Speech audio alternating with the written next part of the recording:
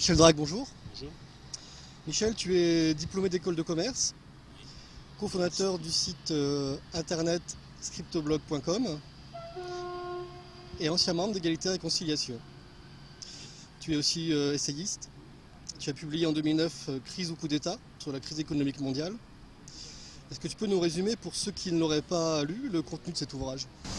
Oui, Crise ou coup d'État, très simplement, c'est un bouquin pour expliquer qu'il y a deux crises. Il y a une crise visible qui a été amplement relayée dans les médias, qui est la crise dite des subprimes, etc.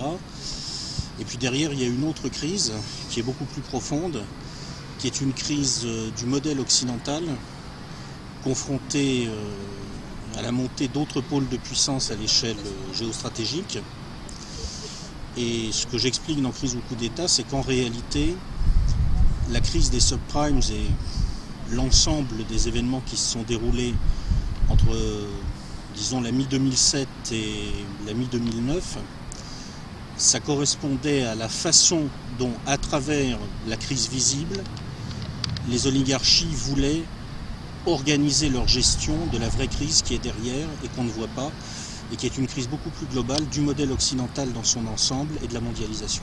Tu reviens aujourd'hui avec crise économique ou crise de sens. Qu'est-ce qui t'a amené à élargir ta réflexion et à te poser la question de la crise de sens? En fait, quand j'ai fini Crise ou coup d'État, j'avais terminé mon travail sous l'angle purement macroéconomique. Mais je me suis rendu compte qu'il restait une question pendante. Pourquoi nos oligarchies éprouvent-elles le besoin de gérer les choses comme elles le font? Dans Crise ou coup d'État, j'ai expliqué le comment, mais je n'ai pas expliqué le pourquoi. On voit très bien qu'on a une classe dirigeante aujourd'hui qui est en train d'organiser la centralisation du pouvoir, qui ne gère pas du tout la situation dans une perspective qui paraît logique à long terme, même sous l'angle de sa propre puissance. Bon, on peut l'analyser, on peut l'expliquer, on peut montrer que c'est le cas, mais la question c'est pourquoi font-ils ce qu'ils font? Pourquoi se comportent-ils ainsi? Là, il y a quantité d'explications possibles, on peut en trouver 13 à la douzaine sur Internet ou dans les rayons des librairies. D'abord, il y a les explications par le complot. Il y en a pour tous les goûts, le complot juif, le complot maçonnique, les Skull and Bones, les jésuites, j'ai même lu ça, etc., etc., etc. C'est pas entièrement faux, c'est-à-dire qu'il y a effectivement des conspirations, bien sûr. L'histoire est faite de conspirations. Il y a évidemment des groupes de pression, des lobbies, il y a évidemment des intérêts secrets, ou en tout cas partiellement dissimulés, qui agissent dans l'ombre, qui expliquent une partie des événements. Mais toutes ces explications ne me satisfaisaient pas.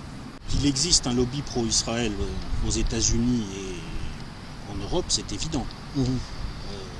Que ce lobby agisse en coordination au moins partielle avec certaines forces de la haute finance, ça aussi c'est évident. Mais on voit très bien, dès qu'on étudie un peu le dossier de près, que cette coordination n'est pas parfaite, loin de là. David Rockefeller n'est pas juif, Zbigniew Brzezinski n'est probablement pas juif. Les intérêts de certains milieux mondialistes sont en train d'entrer en collision avec ceux d'Israël. On voit très bien que le complot juif, etc., toutes les grandes théories de la conspiration autour du monde juif, ça peut recouvrir des éléments de réalité, mais ça n'est pas du tout un facteur explicatif principal. Autre théorie, le complot des riches, le complot de l'hyperclasse. Les Skull and Bones, Yale, les milieux de la haute finance, on combine tout ça, on mélange tout ça. C'est pas faux non plus, ça existe. Je veux dire, le Skull and Bones, ça existe. Les réseaux de l'université de Yale, ça existe. Les réseaux de l'hyperclasse, ça existe. Mais pourquoi ces gens seraient-ils unis alors qu'ils sont concurrents dans beaucoup de domaines? Comment pourraient-ils constituer un groupe vraiment homogène alors qu'en réalité, leurs intérêts sont divergents dans sur de nombreux théâtres d'opération, en quelque sorte. Lesquels, par exemple? Par exemple,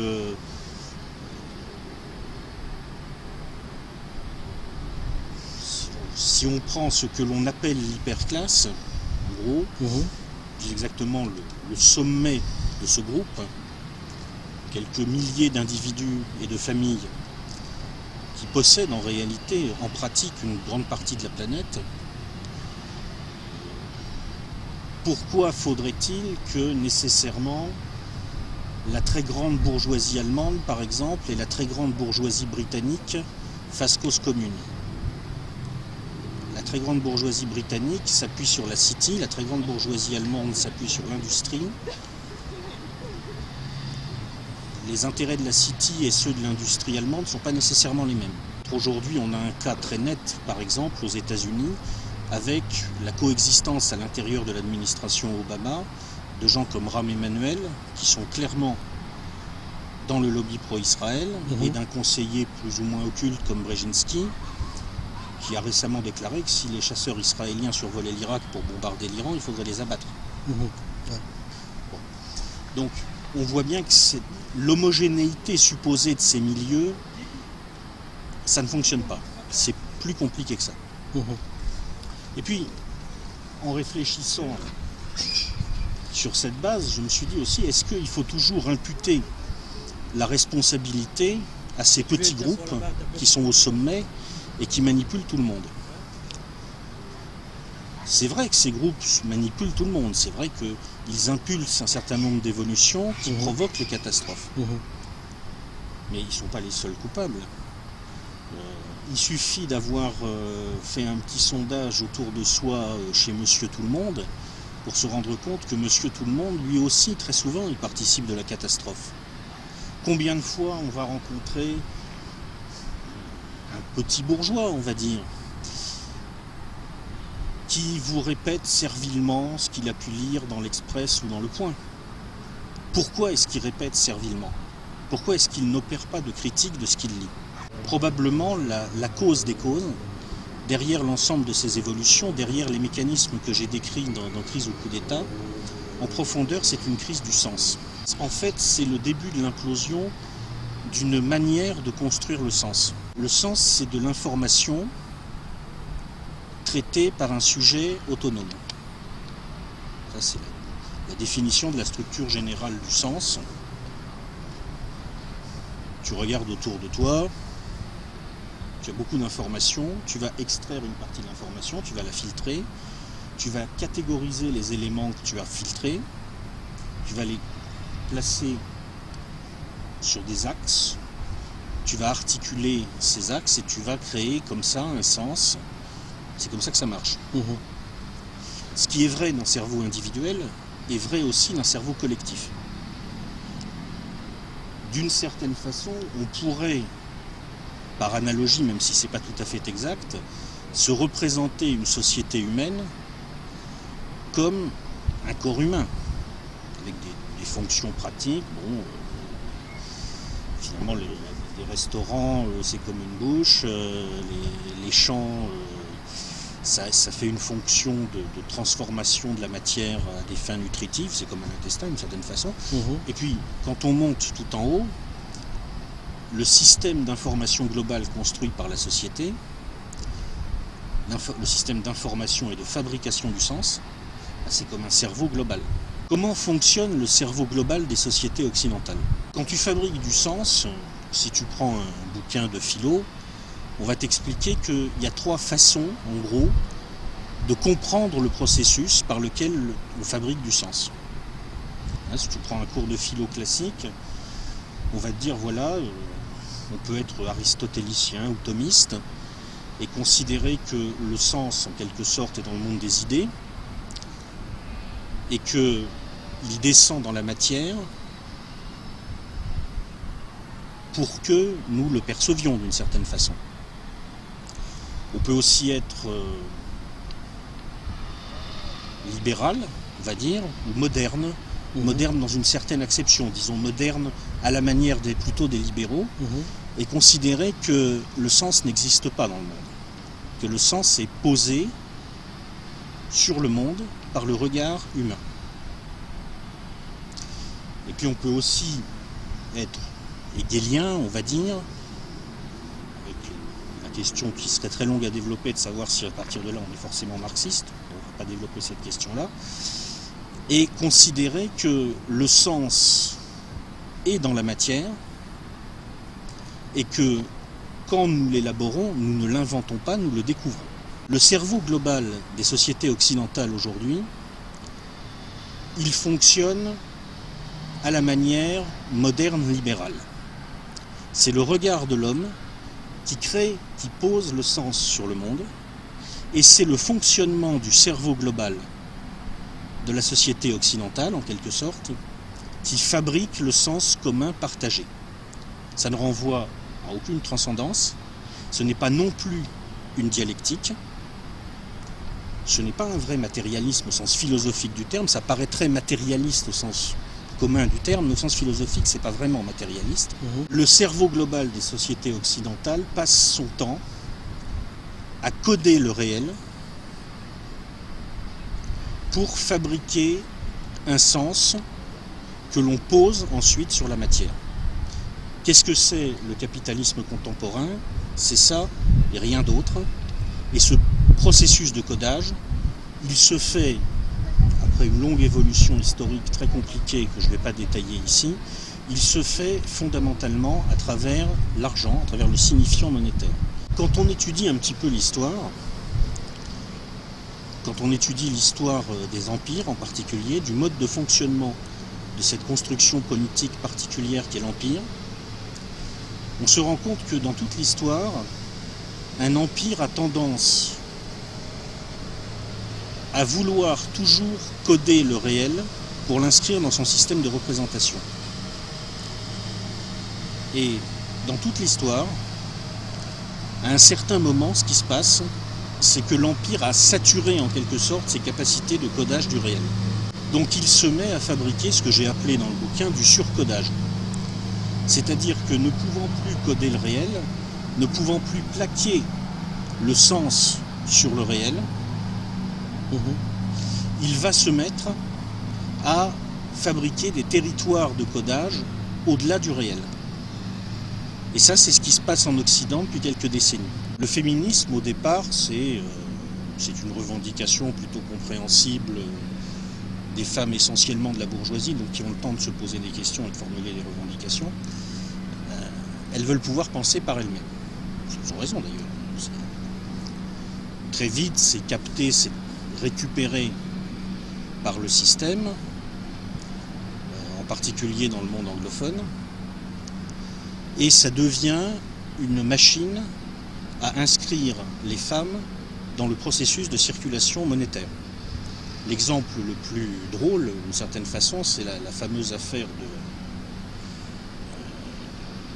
d'Édouard Bernays, qui filme des suffragettes en train d'allumer une cigarette. Alors la version officielle, c'est parce que c'est pour l'émancipation de la femme, etc.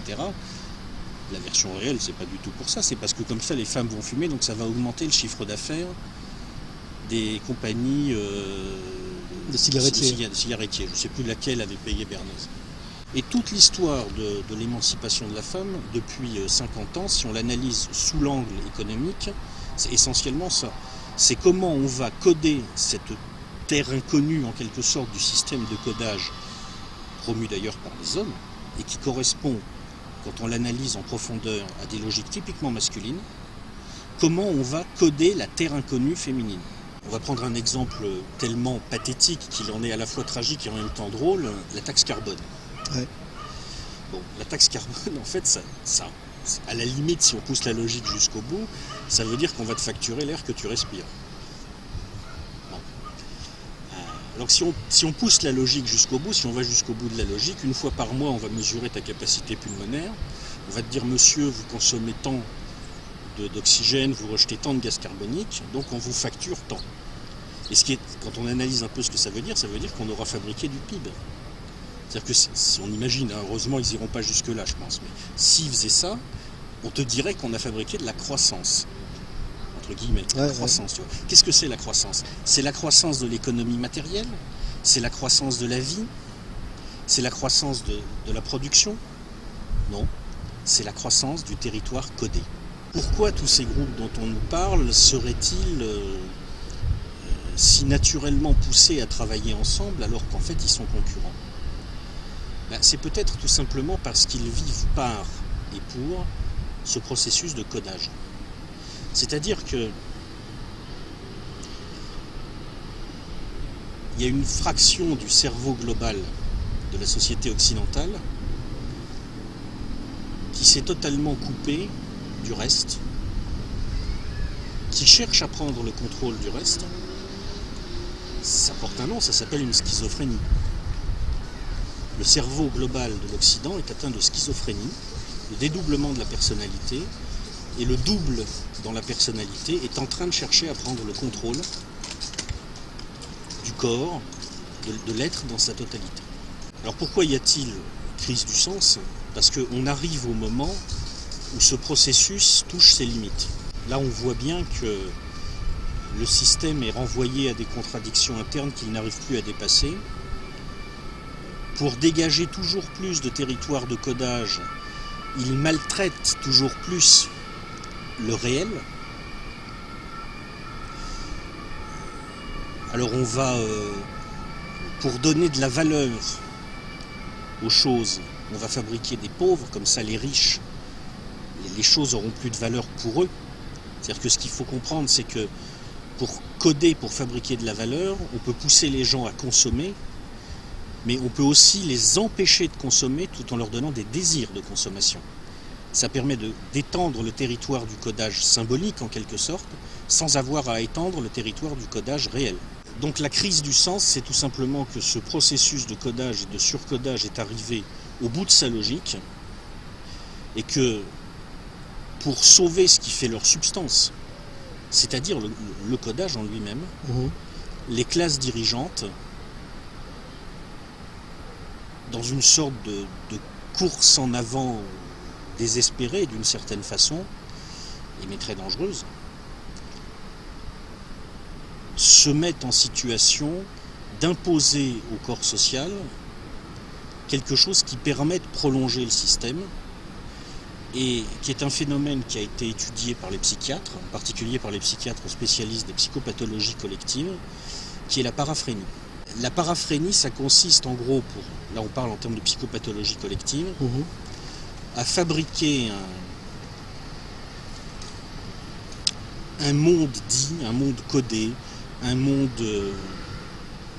parlé, qui est presque totalement déconnecté du monde réel, et à l'intérieur duquel le groupe va continuer à se cautionner dans l'image qu'il a de lui-même.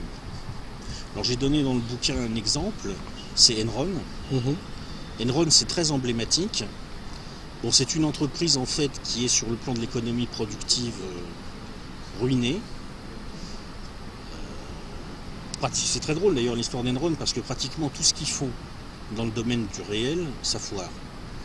Ils font une centrale en Inde, ça foire. Ils essayent de gérer l'électricité en Californie, avant même de saboter déjà ça foire, etc. etc. Ça n'arrête pas. Mais la direction d'Enron ne veut pas admettre tout simplement que dans le monde réel, son truc implose. C'est leur substance, les mecs. Jeffrey Skilling, le directeur financier d'Enron, c'est sa substance. S'il avoue que Enron est la boîte la plus mal gérée des États-Unis, il est mort, donc il ne va pas l'avouer. On va fabriquer une espèce de mythologie Enron. Quand on en arrive à se féliciter d'avoir réussi à couper l'électricité au plus grand État américain, alors qu'on est théoriquement fournisseur d'électricité, on a des enregistrements, on a des bandes audio qui ont été enregistrées des conversations des traders d'Enron au moment des grandes pannes d'électricité en Californie. C'est extraordinaire. Les mecs sont fous de joie parce qu'ils ramènent de l'argent, ils ramènent du code, en fait, du codage, et peu importe que dans la réalité, ils soient en train de tout détruire. Et ce que je crois finalement c'est que ce à quoi on assiste aujourd'hui, au-delà de l'action de tous les lobbies divers et variés qui peuvent sévir, c'est à ça. C'est-à-dire que c'est tout l'Occident qui est en train de devenir énorme. Et quand on voit le spectacle actuel avec des États qui prêtent aux banques en faillite à des taux quasi nuls, puis des banques qui prêtent aux États en faillite à des taux à 10%, on a un système de codage devenu fou, émancipé du réel, qui ne se réfère plus qu'à lui-même, qui développe en quelque sorte son être en totale schizophrénie, un autisme presque, et qui dévore le réel. C'est-à-dire que le surcodage a atteint le stade où pour continuer à se développer, non seulement il sature le réel, non seulement il invente des mondes parallèles, mais en plus il faut qu'il détruise, il faut qu'il avale le réel. Donc c'est une psychopathologie collective. C'est fondamentalement comme ça que j'analyse la crise actuelle. Cette crise du sens, jusqu'où elle peut aller finalement si c'est pas la destruction en fait de l'économie réelle dans sa globalité? Malheureusement, il n'y a pas a priori de raison pour que ça se passe différemment chez nous. C'est-à-dire que l'histoire des années qui viennent, si la logique est respectée, après, je ne suis pas prophète, j'en sais rien, mais si la logique est respectée, comme c'est la substance de ces gens-là, des gens qui sont inscrits dans ce système de surcodage, comme ils ne peuvent plus penser le réel indépendamment du surcodage, ils vont continuer à chercher à sauver le codage et le surcodage coûte que coûte, quitte à détruire le réel. Et par exemple, ce qu'on devrait voir, à mon avis, c'est que le phénomène qui se produit actuellement en Grèce devrait se produire dans un grand État, à une échéance qu'on ne peut pas préciser. Ça peut être quelques mois, ça peut être quelques années, ça peut être en Espagne, ça peut être en Angleterre, ça peut même être carrément aux États-Unis. Et à ce moment-là, on sera au point crucial où le système poursuit sa fuite en avant jusqu'au bout. Et c'est Hitler. C'est un fascisme à l'échelle de l'Occident. Ils font comme les élites soviétiques à la fin de Brejnev. Ils considèrent que d'accord, que tout s'écroule. Et donc on rentre dans une période d'anomie où certainement l'implosion du système de surcodage et de codage va laisser une société largement démunie, peu capable de s'organiser, avec une décennie ou deux très difficile. Et des sociétés comme la société chinoise, indienne ou d'autres, est-ce qu'elles sont touchées par cette crise du sens ou pas du tout? À mon avis, en tout cas vu de loin et sur les bouquins que j'ai lus, en fait ce qui se passe c'est que la Chine est en train de vivre cette Trente Glorieuses. C'est-à-dire qu'ils sont dans la phase où le codage est maximisé. Ils n'ont pas encore attaqué, pas très massivement en tout cas, les territoires de surcodage, et ils n'en sont pas encore, en tout cas ça c'est sûr, à phagocyter le réel pour sauver du surcodage. Donc, il n'y a pas de raison que ça se passe chez eux différemment que chez nous, mais comme ils ont un demi-siècle de décalage, on va dire, ils ont encore de belles décennies devant eux. Et nous, en Occident, est-ce qu'on a des outils, les moyens de lutter contre cette crise du sens? Pour sortir d'une crise du sens, le seul moyen, c'est de refonder le sens. Refonder le sens, ça veut dire admettre que la façon dont on le construisait est caduque. Ça veut dire en clair sortir de ce que je disais tout à l'heure, c'est-à-dire la vision moderne, plutôt libérale de la construction du sens. Et donc ça veut dire admettre à un certain moment que non, ce n'est pas le regard de l'homme qui pose le sens sur le monde. J'emploie dans le bouquin une image qui est tirée du Faust de Goethe. Tu sais, Méphistophélès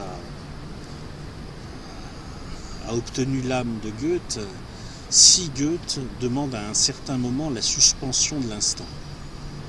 Alors pour que Faust demande la suspension de l'instant, il entraîne Faust dans la nuit de Walpurgis, c'est l'orgie satanique en gros, et ce qui va sauver Faust, c'est qu'au milieu de la nuit de Walpurgis, il va se souvenir de Marguerite.